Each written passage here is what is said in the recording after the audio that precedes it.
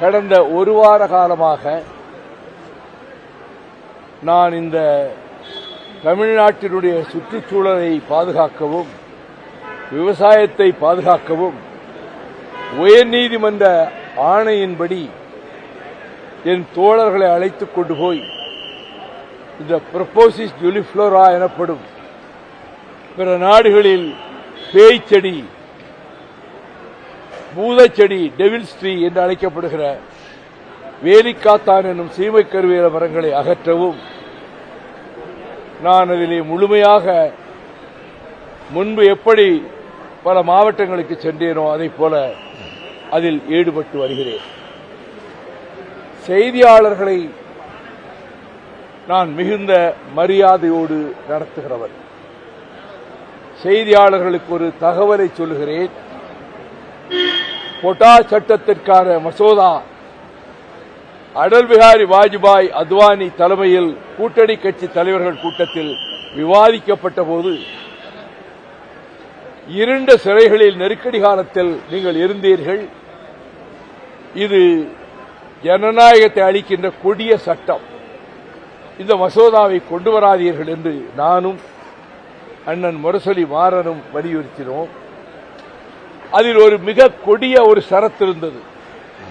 பத்திரிகையாளர்கள் மீதும் புட்டா சட்டம் பாயும், பத்திரிகையாளர்களையும் சிறையில் அடைக்கலாம் என்று அதிலே ஒரு ப்ரொவிஷன், ஒரு சரத்து இருந்தது. செய்தியாளர்கள் என்னிடம் இது மிக ஆபத்தானது, அவர்கள் விரும்புகிற நேரத்தெல்லாம் செய்தியாளர்களை கைது செய்து பொடா கைதிகளாக அடைப்பார்கள், இது எப்படியாவது அந்த மசோதாவிலிருந்து நீக்க நீங்கள் தான் ஏற்பாடு செய்ய வேண்டும் என்றார்கள். நான் பிரதமரிடமும் உள்துறை அமைச்சரிடமும் இது மிக இந்த மசோதாவே கொடுமையானது, அதில் பத்திரிகையாளர்கள் மீதும் இந்த பொடா பாயும் என்பது மிகப்பெரிய அநீதியாகும், அந்த சரத்தை நீங்கள் நீக்கத்தான் வேண்டும் என்று சொன்னதை அவர்கள் ஏற்றுக்கொண்டு அந்த சரத்தை நீக்கினார்கள். மறுநாள் டெல்லியில் வெளியாகிற இந்தியன் எக்ஸ்பிரஸ் ஏடு பத்திரிகையாளர்கள் மீது பாய இருந்த பொடா சட்டத்தை தடுத்து நிறுத்தியவர் என்று என் பெயரை குறிப்பிட்டு பத்திரிகையாளர்கள் உலகம் நன்றிக்கடன் பட்டிருக்கிறது என்று குறிப்பிட்டார்கள். இந்த செய்தியை கூறுவதற்கு காரணம், ஒரு பத்திரிகை அலுவலகமே சூறையாடப்பட்டு நெருப்புக்கு இரையாக்கப்பட்டு அந்த கட்டிடத்துக்குள்ளே இருந்த 3 பேர் கருகி மடிந்தார்கள். அப்படி ஒரு சம்பவமும் தமிழ்நாட்டில் நடந்தது. தினமலர் பத்திரிகை மதுரையில் தாக்கப்பட்ட போது எந்த கட்சியும் அதை எதிர்த்து போராட்டம் நடத்தவில்லை. நான் நள்ளிரவில் அந்த அலுவலகத்துக்கு சென்றுவிட்டு மறுநாள் 1000 பேரை திரட்டி மாசி வீதியில் தினமலர் தாக்கப்பட்டதற்கு கண்டனம் தெரிவித்து ஊர்வலம் நடத்தினேன். அதேபோல சென்னையில் அதே தினமலர் அலுவலகத்தை ஒரு கட்சியினர் பட்ட பகலில் நுழைந்து அத்தனை இயந்திரங்களையும் சுக்குநூறாக நுழைத்தார்கள். அந்த கட்சியை பத்திரிகையாளர் சங்கம் கண்டிக்கவும் இல்லை, அந்த கட்சி செய்திகளை அதற்காக தினமலர் நிறுத்தவும் இல்லை. ஆனால் இந்த ஒரு வார காலத்திற்குள் குறிப்பிட்ட ஒரு பத்திரிகை என்னை புண்படுத்தும் விதத்திலே கேள்வி கேட்டபோது நான் அடக்கமாக பொறுமையாக பதில் சொன்னேன். திரும்ப திரும்ப அதே கேள்வியை அவர் கேட்டுக் கொண்டிருந்த போது மற்ற பத்திரிகையாளர்களுக்கெல்லாம் வாய்ப்பு கொடுங்களேன், நீங்கள் தான் கேட்க வேண்டுமா? அடுத்து அவர் கேட்ட கேள்விகள் என்னை புண்படுத்திய போது பத்திரிகையாளர்களுக்கு இருக்க சுதந்திரம் எனக்கும் இருக்கிறது. இந்த அளவில் தான் நான் பதில் சொன்னேன். நீங்கள் திட்டமிட்டு என்னை காயப்படுத்துவதற்காக உங்கள் பத்திரிகையால் ஏவி விடப்பட்டு என் மீது இப்படிப்பட்ட கணைகளை தொடுக்கிறீர்கள், இதற்காகவே நீங்கள் வந்திருக்கிறீர்கள். இதுதான் நடந்தது. ஆனால் பத்திரிகையாளர் சங்கம் எனக்கு கண்டனம் தெரிவித்தது. நான் அன்று இரவிலேயே அந்த சம்பவத்திற்கு வருத்தம் தெரிவித்ததோடு மட்டுமல்லாமல் நான் செய்தியாளர்களை மதிக்கிறவன் என்பதை மிகவும் அழுத்தமாக சொன்னேன். 3 நாள் கழித்து நான் திருப்போரூருக்கு பக்கத்தில் இந்த வேலிக்காத்தான் செடிகளை அகற்ற போடும்போது பத்திரிகையாளர்களிடம் பொறுமையாக பதில் சொல்லிக் கொண்டுதான் வந்தேன். அதே பத்திரிகையைச் சேர்ந்த நிருபர் அதே விதமான கேள்வியை இன்னும் புண்படுத்துகிற விதத்திலே திரும்ப திரும்ப கேட்டார். நீங்கள் திட்டமிட்டு உங்கள் பத்திரிகையால் ஏவி விடப்பட்டு என்னை காயப்படுத்துகிறீர்கள். இப்படித்தான் வாதம் நடந்தது. ஆனால் மறுநாள் வைகோ மீண்டும் பத்திரிகையாளர்களிடம் கோபித்தார், பாய்ந்தார் என்று அந்த பத்திரிகை மட்டுமல்ல, நான் மதிக்கின்ற மிக பிரபலமான ஏடும் அப்படி ஒரு செய்தியை வெளியிட்டது. இன்றைக்கு அதே பத்திரிகையின் சார்பில் அதே விதமான கேள்விகளை கேட்க வேண்டும் என்று ஒரு நண்பர் வந்திருந்தால் தாராளமாக கேளுங்கள், முதலில் கேட்டு முடியுங்கள், பிறகு மற்ற பத்திரிகையாளர்கள் கேட்கிற கேள்விகளுக்கு நான் பதில் சொல்கிறேன். அப்படி திட்டம் இருந்தால் தாராளமாக கேட்கலாம். எந்த கேள்வி கேட்டாலும் 62 ஆண்டுகால பொது வாழ்வு அனுபவம் பெற்றிருக்கிற நான் பொறுமையாக பதில் சொல்வேன். நான் கேட்பதற்கு முதலில் உங்களுக்கு வாய்ப்பு கொடுக்கிறேன். ஐயா, நீங்க பத்திரிகையாளர்கள் அவமதிக்கல, மரியாதை கொடுக்கணும்னு சொல்லியிருக்கீங்க, உண்மைதான். ஆனா அதே நேரத்தில் அந்த பிரஸ் மீட்ல நீங்க இந்த பத்திரிகைக்கு தேவையில்லை, வெளியே அனுப்புங்க உங்க தொண்டர்களுக்கு உத்தரவு போடுறீங்க. அந்த இடத்துல அசம்பாவிதம் ஏற்பட்டிருந்தா அதுக்கு யாருடைய பொறுப்பு? நீங்க அந்த பத்திரிகையா அதை சொல்லுங்க. ஆமா, நீ கேட்டா அப்படிதான் கேட்க தோணும். பத்திரிகையாளர்களை எல்லா ஊர்களையும் மதிச்சு நடக்கிறவன் நான். காயப்படுத்தி புண்படுத்தணுங்கிற நோக்கத்திலேயே திரும்ப திரும்ப கேட்பது பத்திரிகையிலே ஒரு பக்கத்துக்கு என்னை களங்கப்படுத்தி ஒரு கொடுத்த பேட்டியை 1000 கோடி நான் சம்பாதித்து விட்டேன் என்றும், அண்ணா சாலையிலே பெரிய பெரிய அடுக்குமாடிகளை நானும் என் மகனும் வாங்கிவிட்டோம் என்றும் 3/4 பக்கத்துக்கு செய்தி வெளியிட்ட பத்திரிகையின் சார்பிலே கேட்கிற போது யாராக இருந்தாலும் பொறுமை காக்க மாட்டார்கள். என்னை இவ்வளவு இழிவுபடுத்தி பத்திரிகைகளை பிரசுரித்துவிட்டு அதே பத்திரிகையிலிருந்து என்னை புண்படுத்துகிற நோக்கத்தோடைய திரும்ப திரும்ப கேட்டார். நான் பதில் சொல்லுகிற போது பொறுமையாகத்தான் பதில் சொன்னேன். அவர் விடவில்லை. மற்றவங்களை கேட்க விடுங்களேன், நீங்களே கேட்டுக்கிட்டு இருக்கீங்கன்னு கேட்டேன். தோழர்கள் நெருங்கிய போது போகாதீங்க, கிட்ட போகாதீங்க, நான் போட்ட சத்தம் அவர்கள் காதிலே விடல. 100-200 பேர் இருந்தாங்க. அதற்கு யாரும் கை நீட்டல. ஆனால் நான் ரொம்ப பயந்தேன், ஏதாவது அசம்பாவிதம் நடந்துவிடக் கூடாது என்று. அதற்குள் காவல்துறையினரும் வந்தார்கள். பிறகு மற்ற பத்திரிகையாளர்களும் அவர்களுக்கு எதுக்கு வேண்டாம் என்று சொல்லி போனார். அது மாதிரி கோயம்புத்தூரிலும் ஒரு சம்பவம் நடக்கக்கூடாது என்பதற்காக கேட்கிறதுனா முதலையே கேட்டுருங்கன்னு சொல்றேன். இப்போ எதிரி கட்சிகளா இருந்த அதிமுக, திமுக இன்னைக்கு எதிர்கட்சிகளா இருக்கு.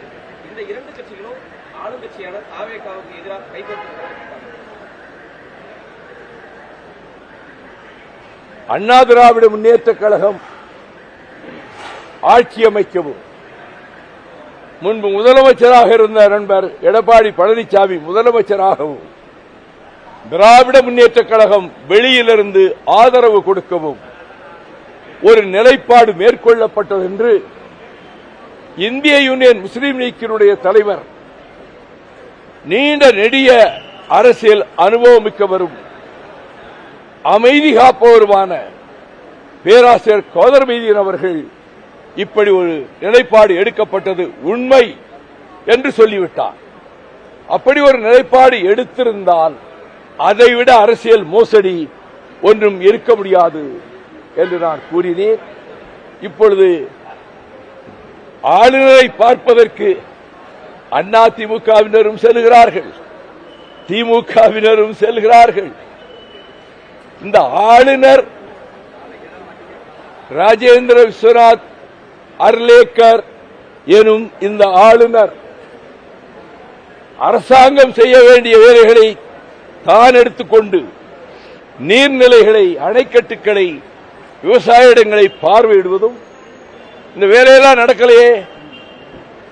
நாங்க கவர்னர் மாளிகையிலிருந்து நாங்களே இறங்கி செய்கிறோம் என்று பேசினார். எதிர்ந்தால் என்கிட்ட வந்து சொல்லலாம் என்கிறார். Mister Arlekar, you are a bonded labor of the present union government. உங்களுக்கு என்ன அதிகாரம் இருக்கு?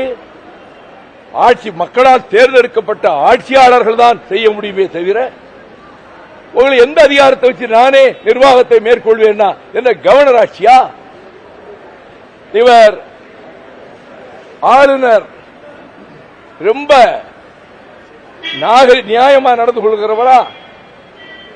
இன்றைய முதலமைச்சர் மாண்புமிகு ஜோசப் விஜய் அவர்களுக்கு தேவையான 118 இடம் எண்ணிக்கை சேர்ந்து விட்டது என்று தெரிந்த பிறகும், தகவல் கவர்னர் மாளிகைக்கு அனுப்பப்பட்ட பிறகும் நான் கேரளாவுக்கு போகிறேன் என்று சொல்லி governor will not be available, அவரை பார்க்க முடியாது.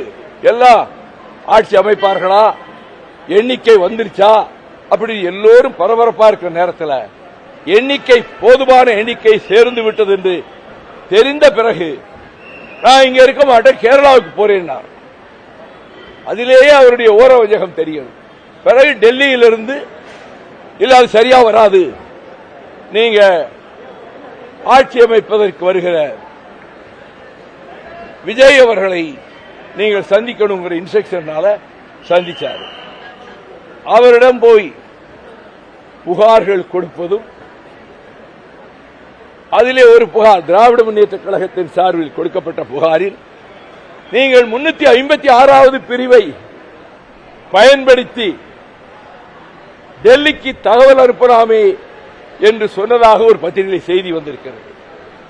356 மாநில ஆட்சிகளை டிஸ்மிஸ் செய்வதற்கான பிரிவு, அது அகற்றப்பட வேண்டும் என்பதுதான் அண்ணா காலத்திலிருந்தும் கலைஞர் காலத்திலிருந்தும் எடுக்கப்பட்ட நிலைப்பாடு. இப்பொழுது எதற்காக 356 பயன்படுத்தவே நீங்கள் பயன்படுத்தலாம் என்று சொல்லுகிறீர்கள்? மக்களால் தேர்ந்தெடுக்கப்பட்ட அரசு 35 விழுக்காடு வாக்குகளை பெற்று மக்களால் தேர்ந்தெடுக்கப்பட்ட ஒரு அரசு இருக்கிறது. அந்த அரசு சீக்கிரத்தில் கவிழ்ந்துவிடும், 6 மாதம் நீடிக்காது என்று முன்பு ஆட்சியிலே இருந்த தலைவர் சொல்லுகிறார். முதலில் 6 மாதம் பொறுமை காப்போம் என்று சொன்னவர், இது நீண்ட நாள் நீடிக்காது, இது கவிழ்ந்து விடும் விரைவில். அப்படின்னா கவிழ்ந்துச்சுன்னா கவிழ்த்துட்டு கவர்னர் ஆட்சியை கொண்டு வரணும். எந்த பிஜேபி இந்துத்துவ சக்திகளை தமிழ்நாட்டுக்குள் நுழையவிடக் கூடாது என்பதற்காக, அந்த ஒரு காரணத்துக்காக இதே கோவை விமான நிலையத்தில் திராவிட முன்னேற்ற கழகத்தின் இதற்கு முன்பிருந்த முதலமைச்சர் சகோதரர் தளபதி ஸ்டாலின் அவர்களை சந்தித்த போது இந்த காரணத்தை தான் நான் சொன்னேன்.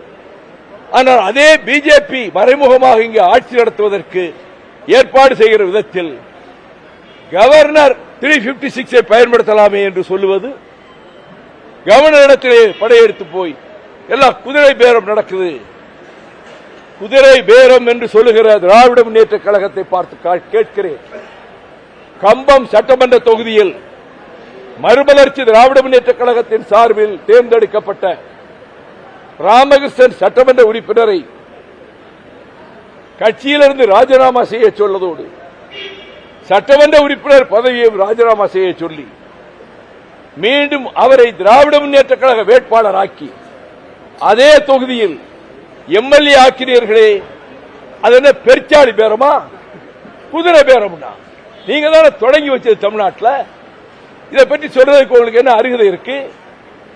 அதே போலத்தான் அனிதா ராதாகிருஷ்ணனையும் அதிமுகவிலே ராஜினாமா செய்ய சொல்லிவிட்டு பிறகு நீங்களே உங்க கட்சி சார்பு வேட்பாளராக ஆக்கினீர்கள். இதெல்லாம் நீங்கள் தான் முன்பு வழிகாட்டி இருக்கிறீர்கள். அதிமுகவிலே எடுக்கப்பட்ட நிலைப்பாடு, திமுக ஆதரவோடு ஆட்சி அமைக்கலாம் என்று எடப்பாடி பழனிசாமி எடுத்த நிலைப்பாடு பலருக்கு அங்கே பிடிக்கவில்லை. சி.வி. சண்முகம் உட்பட 30க்கும் மேற்பட்ட எம்எல்ஏக்கள் எதிர்த்தார்கள். அதனால இந்த முயற்சி கைகூடாது என்று தெரிந்த பிறகுதான் அப்படியெல்லாம் ஒன்றும் இல்லை என்று பூசி மெழுக பழக ஆரம்பித்தார்கள். அப்படி ஒரு பேச்செல்லாம் நடக்கல. நடந்தது உண்மை என்று CPM general secretary, all India general secretary baby உண்மையை போட்டு உடைச்சிட்டாரு. சண்முகமும் ஏறத்தாழ அதே விதத்தில் பதில் சொன்னாரு.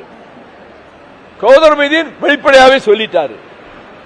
அப்படி என்றால் ஆட்சியை நீங்க இழந்தாலும் அதிமுக ஆட்சி அமைக்கணும். மக்களால் தேர்ந்தெடுக்கப்பட்ட ஒரு ஆட்சி இருக்கக்கூடாது. அதிமுக ஆட்சி அமைக்கணும். அதுக்கு நீங்க ஆதரவு கொடுக்கணும். என்ன அடிப்படையில், என்ன காரணங்களுக்காக அந்த கேள்விகளை பத்திரிகையாளர்களிடமே விட்டு விடுகிறேன். ஏன்னா இந்த ஆட்சி என்ன செஞ்சிருச்சு அப்படின்னு திமுக கேட்டு நல்ல காரியம் செஞ்சிருக்கு. ஜனநாயகத்தை நாசப்படுத்துகிற விதத்தில் ஊழல் தலைவிரித்தாடிய நிலையில் எதற்கெடுத்தாலும் கமிஷன், எந்த வேலை எடுத்தாலும் கமிஷன், 10 சதுரடி கட்டடம் கட்ட வேண்டுமானாலும் கமிஷன், 4 ஏக்கர் பூமி விலைக்கு வாங்க வேண்டுமானாலும் கமிஷன், ஆயா வேலைக்கு கமிஷன், விஓ வேலைக்கு கமிஷன், புதிதாக ஒரு தொழிற்சாலை தொடங்க வேண்டுமா இத்தனை கோடி. இதையெல்லாம் அன்றாடம் சந்திக்கின்ற கட்சிக்கு அப்பாற்பட்ட தொழில் நிறுவனர்கள் மற்றவர்கள் இத்தனை கோடி கொடுத்துதான் நாங்க லைசன்ஸ் வாங்கணும், இத்தனை லட்சம் கொடுத்துதான் இதுக்கு அனுமதி வாங்கணும். இப்போ ஒரு சல்லி காசு யாரும் கேட்கல, கமிஷனுங்கிற பேச்சுக்கே இடமில்லை.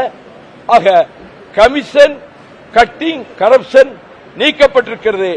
இதுதான் இந்த அரசினுடைய இமாலய சாதனை. நாட்டுக்கே கேடு செய்து கொண்டிருந்த அந்த ஊழலை வேருடன் களைந்தெறிந்து அதற்கு பேச்சுக்கு இடமில்லாமல் செஞ்சிருக்காரு. இதுதான் இந்த ஆட்சி என்ன சாதனை? தான் சாதனை. இதுவரைக்கு இருந்த தீங்கான நிலைமை அகற்றப்பட்டிருக்கிறது. அதற்கு மேல் நீங்கள் இந்த ஆட்சி எப்ப போகும்? ஆட்சியை இழந்துட்டு கொஞ்சம் கூட சிம்மதியா இருக்க முடியாதா? இப்ப என்னன்னா அதாவது அதிமுக ஆட்சிக்கே நாங்க ஆதரவு போட்டு சொல்லிட்டாங்க. தாவேக்காவை ஆதரிச்சு பேசுறதுனால ரொம்ப கோபம் கொண்டு என் மீது பாய்கிறார்கள். எங்களை நடத்திய விதம், இடங்கள் ஒதுக்கப்பட்ட விதம், மற்ற கட்சிகளுக்கு சமமாக எங்களையும் நடத்துங்கள் என்று கேட்டோம். அதுக்கெல்லாம் இடமில்லை. இந்த 4 சீட்டுக்கு ஒத்துக்கிட்டு கையெழுத்து போட்டு போங்க, வேறு பேச்சுக்கு இடமில்லை என்று முகத்தில் அடித்தால் போல் எங்கள் குழுவினரிடம் சொன்னார்கள். அதையும் தாங்கிக் கொண்டு ஒரு இடத்தில் எங்கள் சின்னத்தில் நிற்க வாய்ப்பு கொடுங்கள் என்று கேட்டபோது முதலில் ஒப்புக்கொண்டார்கள். பின்னர் ஒரு மந்திரிக்கு பிறகு இன்னொரு மந்திரி 6 மந்திரிகள் தான். அதிலையும் நாங்க எங்க சின்னத்தில் நிக்கணும். மற்ற கட்சிகள் சிறுத்தைகள் அவங்க ஒரு சின்னத்தில் நிற்கிறாங்க, முஸ்லீம் லீக் ஒரு சின்னத்தில் நிற்குது, கம்யூனிஸ்டுகள் தனித்தனி சின்னத்தில் நிற்கிறாங்க, தேமுதிக ஒரு சின்னத்தில் நிற்குது. நாங்க தனி சின்னத்தில் நின்னா என்ன என்று கேட்டா அதை ஒப்புக்கொள்ள முடியாது. அப்படி இருந்தும் ஏறத்தாழ 34 தொகுதிகளில் நான் திராவிட முன்னேற்ற கழகத்தை ஆதரித்து திராவிட முன்னேற்ற கழக வரலாற்றை சொல்லி திமுக அரசு சாதனை பட்டியல் போட்டிருந்ததே அதனை வரிசையாக வாசித்து நான் அந்த கூட்டணி தர்மத்துக்கு கட்டுப்பட்டு பிரச்சாரத்திலே நான் ஈடுபட்டேனே தவிர எங்கேயும் நான் பிரச்சாரத்துக்கு வரமாட்டேன்னு சொன்னேன். அழைத்த அத்தனை தொகுதிகளுக்கும் சென்று திமுக கழகத்தை ஆதரித்துத்தான் பிரச்சாரம் செய்தேன். ஆனால் எங்களை நடத்திய விதத்தில் எங்கள் தோழர்கள் குமரிமுனையிலிருந்து திருத்தணி வரை ஒட்டுமொத்தமாக 100க்கு 100% இது அவமரியாதை, நம்மை அவமதிக்கிறார்கள், நம்மை சிறுமைப்படுத்துகிறார்கள், நாம் இந்த கூட்டணியில் தொடரக்கூடாது என்று கட்சியில் இருக்கக்கூடிய ஒட்டுமொத்த பொதுக்குழு உறுப்பினர்களுடைய கருத்து பொதுக்குழுவிலே பிரதிபலித்தது. திராவிட முன்னேற்ற கழகத்தோடு கொண்டிருக்கக்கூடிய தோழமையிலிருந்து நாங்கள் விலகிக் கொள்கிறோம் என்று அறிவித்த போது பொதுக்குழு அரங்கமே அதிர்கிற விதத்தில் கரவொலி எழுந்ததும் 5 நிமிடம் ஆரவாரம் நிலவியதும் மறுமலர்ச்சி திமுக தொண்டர்களின் மனப்பான்மை நம்மை மரியாதை இல்லாமல் நடத்துகிறார்கள், நாம் இதில் நீடிக்கக்கூடாது என்ற முடிவை நாங்கள் பொதுக்குழுவிலே எடுத்தோம். தமிழக வெற்றி கழகத்தோடு தோழமை கொள்வது என்று முடிவெடுத்தோம்.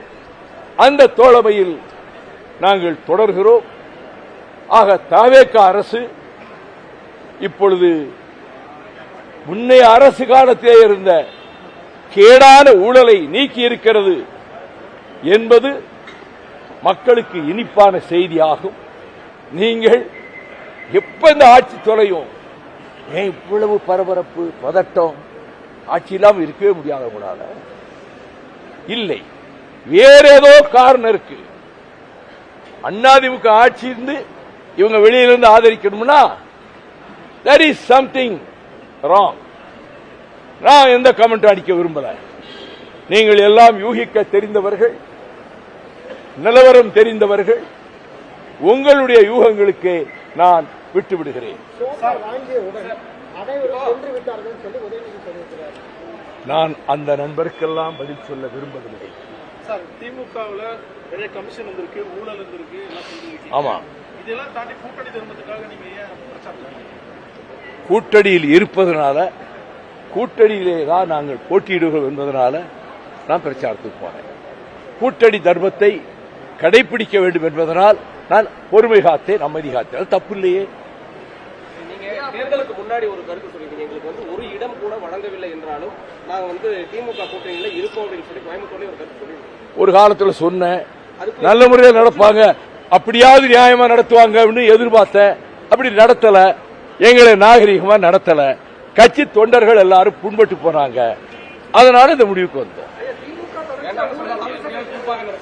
ஊழல் குற்றச்சாட்டு இப்ப சொல்றீங்க, ஆனா உங்களை நம்பி வாக்களித்த அந்த கூட்டணிக்கு வாக்களித்த மக்களுக்கு நீங்க பண்ண உங்க பிரச்சாரம் நல்லா இருக்குமா? இப்பதான் நல்லா இருக்கு. நீங்க தான் ஓட்டு போட சொல்லி திமுக ஓட்டு போட. ஆமா, சொன்ன மக்கள் போடலையே. மக்கள் தூக்கி எறிஞ்சிட்டு விஜயை தூக்கி வச்சுட்டாங்களே. மக்கள் தீர்ப்பு, மக்கள் தீர்ப்பு தான் மகேசன் தீர்ப்பு. மக்கள் தீர்ப்பு விஜய முதலமைச்சர் ஆக்கியிருக்கு. அவர் சாதாரணமா இல்லையே, மக்கள் தீர்ப்பு பெற்று தான் வந்திருக்காரு. மற்ற கட்சிகள் எல்லாமே மற்ற தலைவர்கள்ட்ட போய் எல்லாம் அப்படி கேள்வி கேட்க மாட்டீங்க. கேட்டா அங்க நடக்கிறது வேற.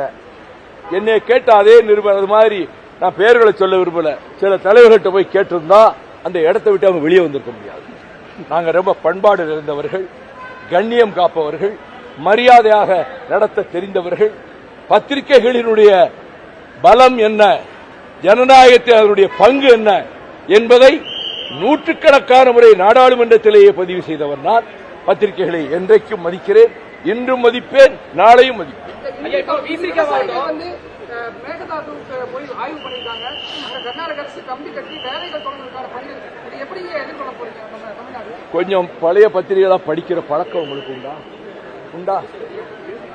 முதலில் மேகதாட்டுவை எதிர்த்து 2012 1000 பேரை திரட்டிக்கொண்டு கர்நாடகா எல்லையில் போய் போராட்டம் நடத்தியது என் தலைமையிலே மறுமலர்ச்சி திராவிட முன்னேற்ற கழகம். அது மட்டுமல்ல, மேகதாட்டு அணையை கட்டச் சொல்லி தூண்டி விடுவதே மத்திய சர்க்கார் தான். இந்த உண்மையை வெளி உலகத்துக்கு கொண்டு வந்தது ஆங்கில இந்து ஏடு. 2014 டிசம்பர் 7-8 தேதிகளில் கர்நாடகத்தைச் சேர்ந்த ஒரு மத்திய அமைச்சர் வீட்டில் 2 நாள் ஒரு சதி கூட்டம் நடந்தது. அதில் கர்நாடகத்தைச் சேர்ந்த எல்லா கட்சி எம்பிக்களும் மந்திரிகளும் எல்லோரும் கலந்து கொண்டு நடந்தது. மேகதாட்டு அணையை கட்ட வேண்டும் என்றார்கள். பிரகாஷ் ஜவடேகர் சுற்றுச்சூழல் அமைச்சர், நாங்கள் வெளிப்படையா மத்திய சர்க்கார் அனுமதி கொடுக்க மாட்டோம், தமிழ்நாடு பெரும் எதிர்ப்பை காட்டும், நீங்க கட்டுற வேலைக்கு தேவையான ஆயத்தங்களை செய்யலாம் என்று பச்சை கொடி காட்டிவிட்டார் என்று இந்து பத்திரிகை தான் இந்த சதி திட்டத்தை வெளியே கொண்டு வந்தது. உடனே நான் காவிரி பாதுகாப்பு இயக்கம் என்ற அமைப்பை தொடங்கி 180 சங்கங்கள் அதிலே கலந்து கொண்டன. 1 மாத காலம் சோழ மண்டலம் பூராவிலும் காவிரி தீரம் பூராவிலும் பேர் ஆபத்து வருகிறது. மேகதாட்டு வடிவத்திலே கொள்ளிடத்துக்கு என்ன, மேட்டூருக்கே தண்ணீர் வராது. பஞ்சமும் பசியும் பட்டினியுமாக ஒரு இன்னொரு எத்தியோப்பியாவாக இந்த சோழ மண்டலம் ஆகிவிடும் என்று கட்சி கொடிகட்டாத வாகனத்தில் சென்று எல்லா கட்சி தலைவர்களும் என்னை எல்லா ஊரிலும் வரவேற்று 1 மாத காலம் நான் இந்த மேகதாட்டு பிரச்சனையை முன்வைத்து மக்களிடத்திலே பிரச்சாரம் செய்து இதை தடுப்ப வேண்டும். மத்திய சர்க்காருக்கு ஒரு பயம் வரணும். இந்திய எதிர்ப்பு போராட்டத்தில் நடந்த மாதிரி மக்கள் கொந்தளிச்சு எழுந்தாங்கன்னு மத்திய சர்க்காருக்கு ஒரு பயம் வந்தால் ஒழிய அவங்க தான் இதை தூண்டிவிட்டு நீங்க அணையை கட்டிக்கிட்டீங்கன்னு சொல்லி பின்பக்கத்தில் இருந்து ஏவுவதே இந்த மோடி அரசுதான், மத்திய அரசுதான். இந்த மேகதாட்டு அணை கட்டப்படுவதை 2ஆம் ராஜராஜ சோழன் படையெடுத்து சென்று உடைத்து விட்டு வந்தான். ஒரு அணை கட்டப்ப திருச்சியில் ஆண்ட மீனாட்சி பட்டாளத்தை அனுப்பி அங்கே கட்டப்பட்ட அணையை உடைத்து விட்டு வந்தான். இப்ப நம்ம செய்ய முடியாது, நம்ம போய் அங்க உடைக்கலாம் முடியாது.